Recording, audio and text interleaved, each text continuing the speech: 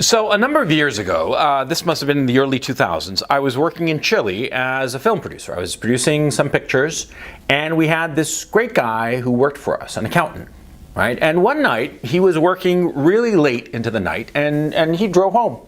You know, I mean, like, he was working until like 10 or something like that, and he was driving home on the freeway around like 10:30 at night on a weekday. No, excuse me, on like a Friday. Yes, it was a Friday, and I'll explain why this is relevant. He was driving home on a Friday night, and you know, one of these pedestrian overpasses, right? This guy jumped off of it. He decided to commit suicide, and he jumped off the pedestrian overpass onto the road directly in front of this accountant who worked for me. A guy, like I said, a great guy. I mean, just salt of the earth, really, just a wonderful man. And you know, he fell right in front of him. And of course, the accountant in his car hit this guy who wanted to kill himself, and of course did kill him. The fall injured him severely, and then he got run over by the accountant's car, and he died. Right? And so you see, in Chile, when you are part of any kind of murder or severe injury, under any circumstances, what happens is that the police automatically arrest you. It just sort of like calm and cool down the situation and figure out what happened. And so the police just simply grab you if you're involved in a fatal accident or a near fatal accident, and they arrest you and book you. And of course they do a toxicology and breathalyzer and the whole thing. But it's not that, you know, they wait around for an attorney general or the equivalent to indict you. No. They arrest you right on the spot.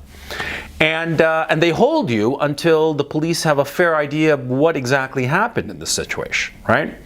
And the person who can release you is a judge. Now, because this happened on a Friday night, there was no judge that Friday in the you know, in the early morning hours leading into Saturday, and there wouldn't be a judge until like you know, Saturday. No, actually Monday. Monday was when he would have like a judge whereby he could talk about the situation and explain what had happened, right? And he didn't know anything about the law or about the criminal law, of course, because he was, like I said, a salt of the earth kind of guy. He had never done anything in his life. And unfortunately, he wound up having to sit in jail for the whole weekend, even though he hadn't done anything. And in point of fact, it was because of a weird situation of the Chilean law. The police realized in short order that the accountant, this friend of mine, this guy who worked for me, he was totally innocent, because the suicide had left a note at his home, and the police had gone there and found this note. And he had said that he was just miserable with his life, blah, blah, and decided to kill himself in this really despicable manner, because it was sort of like he jumped off the freeway overpass. He had planned to do it this way, and he wanted some other car to hit him to finish the job. It seemed, yeah. Okay, forget about the morality of it. I'm going off on a tangent. But the point I'm trying to make here, see, the accountant didn't know anybody insofar as the criminal justice system was concerned. And he didn't have a criminal attorney. And the criminal attorney in that situation, if he'd been able to call one, would have known exactly what to do and how to get him out of jail before seeing the judge, because there was a mechanism for it. But he needed outside counsel that had been vetted by the criminal justice system in Chile. Because the Chilean system, it doesn't matter the pros and cons of it. It's a very fair system. It's just another different system as opposed to any of the other Western democracies. That again is not the point. The point is, see, the accountant didn't have an attorney who could look after his best interests insofar as the criminal justice system is concerned. He had never given a thought to hiring a criminal attorney because he'd never committed a crime. And he was, like I said, a salt of the earth kind of guy who would never in his wildest dreams imagine of doing anything illegal, right? He was just a decent guy. So he thought to himself, well, I'm a decent guy, as he told us later when he was out of jail and we were talking about this tragedy that had befallen him. He had never thought to himself that he needed a criminal justice attorney, because he said, I would never commit a crime, so why would I need an attorney? See what I mean? See the naivete? Now, this happened, I think it was 2004 or something like that, right? And shortly thereafter, by happenstance, I was having drinks with a friend of mine, a corporate attorney. And he's still my corporate attorney, as a matter of fact. And we were just having drinks in the afternoon, kind of just shooting the shit, before going home. And at the same bar was a good friend of his from law school who was a famous criminal attorney. And he joined us, and we started shooting the shit and having a drink and a laugh and what have you. And the criminal attorney, he specialized in white-collar crime, high-end kind of crimes, right? And he charged an arm and a leg. And he explained why he could charge an arm and a leg. Because he said, see, people call me in the middle of the night because something horrible is happening to them. And they need me to spring them out of jail or do something major. And that's why I get paid the big bucks. We all had a laugh about this, right? And, we all went home and all the rest of it. But a few days later, it got me thinking. And the fact of the matter is, a few days after that conversation, I hired that criminal attorney. Even though I had, at that point, never been arrested in my life. Never been charged with any crime. I've never been charged with a crime. I've never been arrested. Well, except one time when I was 16, I got picked up by a military patrol during Pinochet's dictatorship because I violated curfew, right? It was expunged from my records, right? It was just a minor thing. I was late coming home from my girlfriend's place. Curfew was at midnight because there were a lot of bombs going off from left-wing terrorists.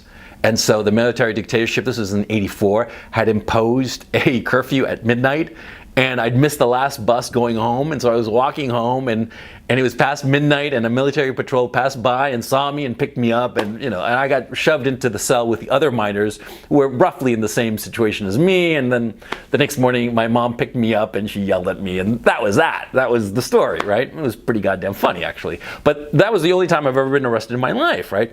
I have never been charged with a crime. I have never been arrested for any reason, at least not as an adult. I have never been even sued. I have never personally been sued, ever, in all the countries that I have lived in over the years, because I'm a fairly law-abiding guy, right? And yet in every country that I've ever lived in, whenever I move to that country or that city or whatever, I make it a point to find the best criminal attorney there and hire him. Every time. It's something that you should do. It's not expensive, You just have to put down, $1,000, maybe $2,000 as retainer, and just interview the guy. Interview as many as you want to. Find the guy that you're comfortable with. Find the guy that you figure is, on the ball, who's not going to be a fucking moron. And you just put him on retainer. Just hire him. And you say that the reason you're hiring him is the reason I'm going to tell you is that, see, when you need a criminal attorney, you're going to be panicking because something awful happened. Like in the situation with this accountant I was telling you about. Something awful happened. And he was not responsible. But in the eyes of the law, they had to arrest him and they had to process him. And there were a whole bunch of legal hoops that he had to jump through. And he could have used a criminal attorney, right? Now in the United States, see, let's cut to the chase. The district attorney and the police, they are looking to up their quotas, up their numbers. And so they don't really give a shit if you're innocent or guilty. They just want to improve their numbers, improve their stats, so they get the bigger paycheck, the bigger salary, and the bigger budget for whatever crazy ass shit the cops or the district attorney in that particular place want to do. We all know this. We all know that the criminal justice system in the United States is grossly unfair, and it only respects money. And that's a truth. So what you have to do is you have to be ready. You have to be ready, and you have to have hired a criminal attorney who can look after your best interests if something befalls you. And don't be squeamish about it. Don't think that, I shouldn't do this. I mean, why would I do this? I'm innocent. I'm an innocent guy. I'm a law-abiding citizen. Yes, exactly. Exactly. That's exactly why you should do it. Because it's innocent, naive schmucks who get fucked over by the criminal justice system. Do you want to be that schmuck? Do you want to get into serious trouble even though you are perfectly innocent? Do you have any idea how many people get cleared every year by the Innocence Project, where they use DNA to prove that X, Y, and Z didn't do the horrible crime that they're alleged to have committed? Hundreds every year. And probably it would be thousands if that project had more funds, right? Because the American criminal justice system does not care about justice, does not care about innocence. It cares about stats. It cares about the numbers. How many convictions? That's all they give a shit about. And so they have to toss somebody who's innocent into jail in order to improve their stats. They are going to do that. And make no mistake about it. Don't even think for a second that they're going to give a shit about justice, because they don't. They don't. Okay? Now, in my own case, I can tell you this is the extent of my criminal career, if you will. In 1996, I got ticketed in Los Angeles for making an illegal U-turn. Yeah. And then in 2001, I got ticketed for walking my dog without a leash in Manhattan.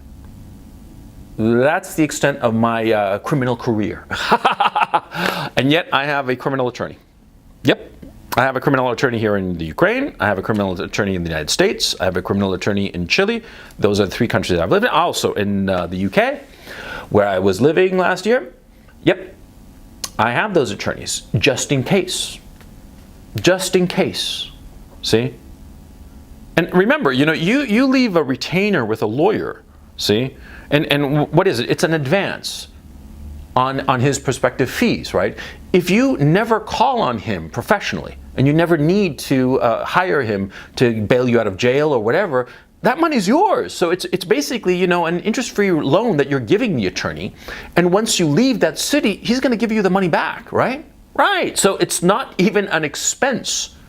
It's an insurance policy that costs you nothing. Nothing except parking a grand or two with some, you know, reputable law firm that when you leave that city or no longer will likely hire that attorney, you can just take it back. Easy peasy. Do it. Don't be stupid. Don't be stupid. Hire a criminal justice attorney. You know, have him on retainer. It'll take you, you know, maybe half an hour interview with the guy, you know, maybe a couple of hours of research. But if the police somehow or for some reason bust down your door claiming that you're like the leader of some meth gang or whatever the fuck, right?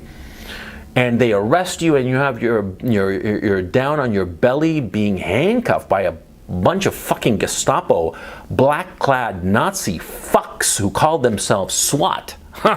They should call themselves SS. That's what they should call themselves. Well, you're going to know what to do.